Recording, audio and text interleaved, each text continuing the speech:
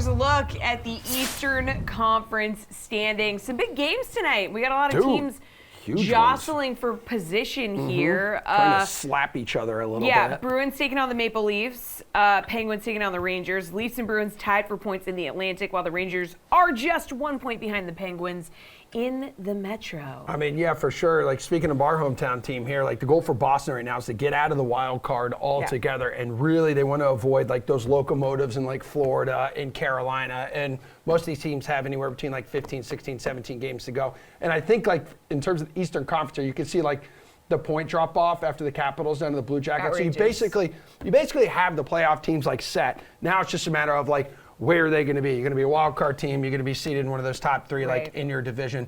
It's going to be an exciting last, like, few weeks here of the regular season in hockey, and we have some great dudes here to talk about it. RotoWire's Paul Bruno and AJ Scholz, along with the host of the Fantasy on Ice podcast for NHL.com. That's Pete Jensen. Let's see, Paul, real quick. You and I talked a lot about that Sabres-Chicago game last night here. We were thinking, like, rostering a lot of these Chicago dudes. What did you think when you saw the ending of that Sabres game last night? Buffalo coming back after being down like 4-0. And that goal there by Tage Thompson, like, oh my God, loses his stick, puck goes off the board, bounces off the goalie, and that's how it ends, dude. How good is that guy? A giant who scores. I mean, I can't believe the Sabres fans have to be feeling so good about having that guy in the fold. And how Vegas let him escape is beyond me. I don't understand that one. And better for the Sabres that they have this guy to build their team around, a giant who has offensive skill. We haven't seen that in this league for a long time. All right, now let's get to tonight's 9-game DFS slate. We're going to start with Paul's team taking on the rival Bruins. How about that? Paul, Leafs got the better of the Bruins in their first meeting this season, but that was way back in November. Come on. A lot has changed since then. Like, a lot. Especially with the Bruins. Yeah, so what's your take on tonight's game, and which player stands out to you in DFS? That game was eons ago, as you suggest. The Bees have been on fire for a long while, almost since then. And meanwhile, it seems that much of the recent focus on the Leafs is a few bad results against some of the league's bottom feeders. But I'm here to tell you, they've come away with a number of impressive wins recently over Washington, Carolina, and Florida in their last 10 starts, too. There's finally some good news in net, as Mrazek has strung together a pair of quality starts that surprises everybody who's watching this team of late. And he's now 12-6 on the season, a pretty surprising mark when you look at it. In terms of players to watch in this game, obviously the two snipers, Matthews and Pastrnak, are expected to impact the game, and I'm sure they will. But I'll also be looking out for John Tavares and Taylor Hall, a pair of second-line stars, one from each club, to see if they continue their respective hot streaks. They'll cost you $6,200 or $4,800, respectively. All right, AJ, looking at this game, what do we think? Well, I think you got to look at the Bruins in terms of DFS here. And I like Bergeron to start off at 7,100. Now, full disclosure, he was not on the ice for the morning skate, is just coming back from that arm injury. Could just be maintenance, holding him out of practice, but it's something to monitor there. But as far as reasons to use the Bruins, look, Jeremy Swayman is 9-1-0 in his last 10 games with a 1.99 goals against average, while Eric Kallgren hasn't played in 10 NHL games in his career. The net-minding matchup here just favors the Bruins. So I think the safer play is to use Boston's forwards tonight, especially when you consider, like, Bergeron significantly cheaper than Matthews. Pastrnak is more expensive, obviously, but I think based on those prices, you kind of have to favor Boston, and especially considering, again, Toronto's defense is allowing 3.75 goals per game in the month of March. Pete, you leaning towards utilizing some of these Bees players? I like the Bruins more than the Maple Leafs in this game, and also for the season and upcoming postseason at large. I think the Bruins are a sneaky team that could, they have the depth, 3 strong lines to maybe even win the whole thing. It really boils down to what we're going to see from Swayman in the playoffs. But so far, in his career, what a 930 save percentage or so through 41 NHL games. Really impressive stuff. Full checks in my book. And then, as far as their depth forwards, like we're talking about Pastrnak, the big reason why Pastrnak and Hall have been so good on the second line is Eric Howla Eric Haula has 3 straight multi-point games as the number 2 center for the Boston Bruins. When Bergeron was out, he took on a bigger role. He's still relevant in DFS game-to-game basis. I think he has been the key to the Bruins finding their best depth scoring in recent memory. The Bruins, even when they went to the Cup final in 2019, were not this deep of an offense. And then, of course, they added Hampus Lindholm on the blue line. So, yeah, I would look to get one of the secondary guys from the Bruins in my lineup, whether it is at the center position like Haula or maybe on defense with Hampus Lindholm. AJ, you had a little extra pep in your step yesterday after what the Penguins did on Sunday? 11 goals. Yeah, that was a fun one to watch, that's for sure. Look, I do want to correct one thing. It looks like Mrazek is going to get the start tonight based on the morning skate instead of Kallgren. So really stack up on Boston because that's even worse for the Maple Leafs. Okay. Getting Listen to that, to what I said. getting to the Penguins game. Look, heading into that game against Detroit, they had something to prove after getting downright embarrassed by the Rangers. I mean, there's no way around it. That game was terrible. I think the AHL affiliate out of Wilkes-Barre Scranton could have played better in that game than the Penguins did. The Rangers, for their part, absolutely dominated them.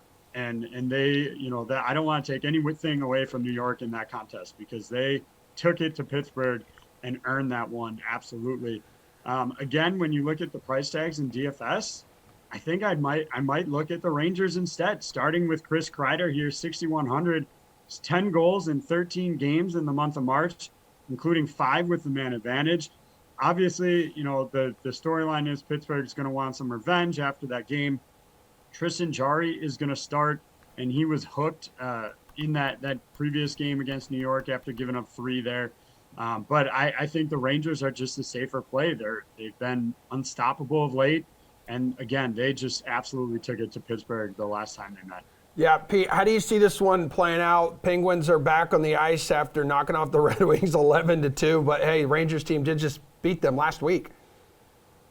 Yeah, I think it's a nice bounce back spot for Pittsburgh after last week's game, and I like that they're playing Rickard Rakell on the second line with Evgeny Malkin. Malkin has been red hot lately, of course, but I think it's one of those games that is probably going to get a little higher scoring, maybe like a 4-3 type game.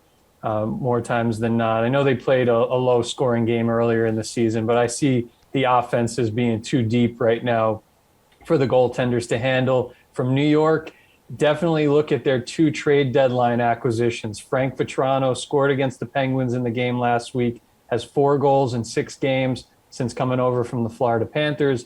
And then Andrew Kopp so far has been one of the best deadline producers in the entire league, arguably the best, with 5 points, 1 goal, 4 assists in his first 3 games with the blue shirts. And both of those guys, best part about it, their prices are so cheap. Kopp, $3,800 in DraftKings, Vatrano, $2,700 in DraftKings. And they're both playing in the top 6 right now. So they will bring that exposure, whether you take one or both of them, to Panarin or Zibanejad and Kreider.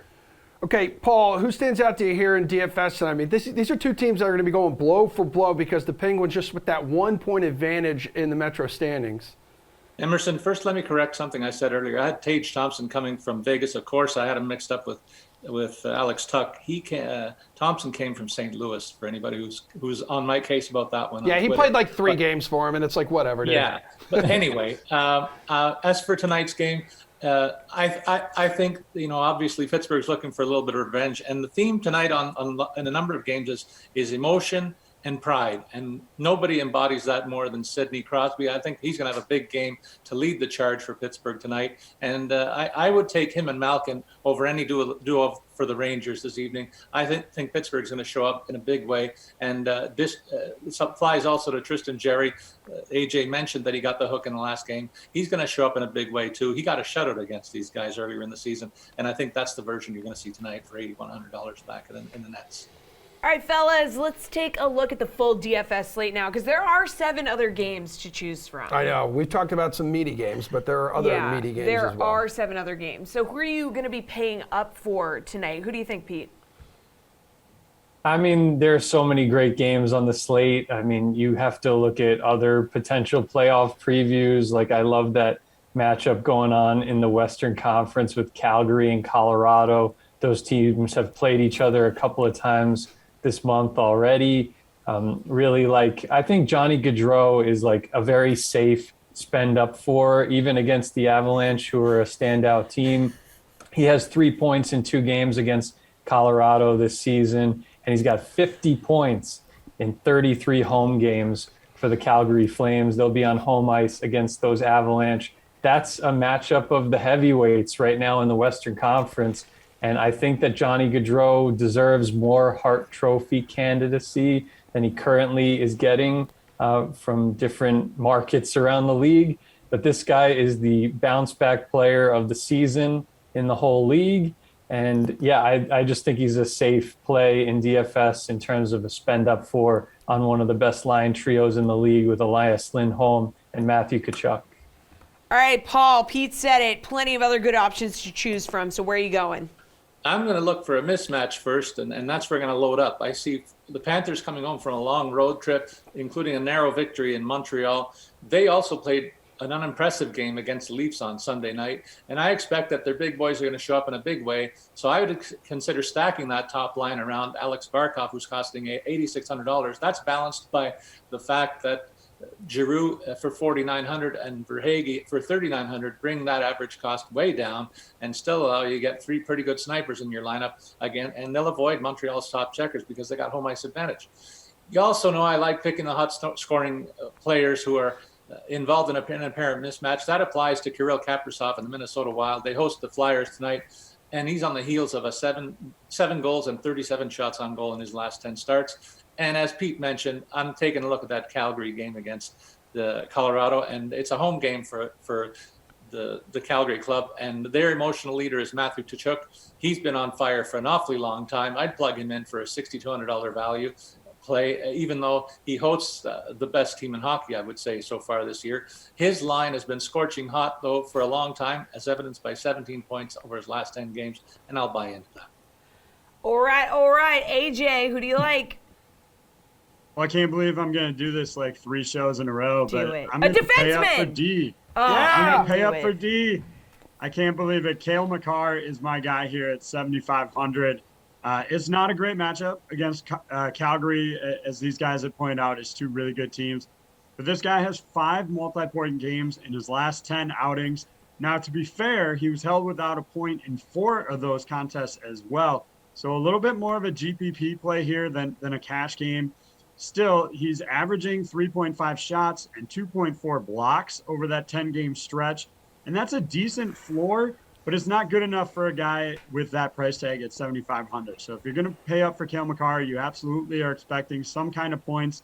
And look, based on his recent performance, you got a 50-50 shot at a multi-point effort here.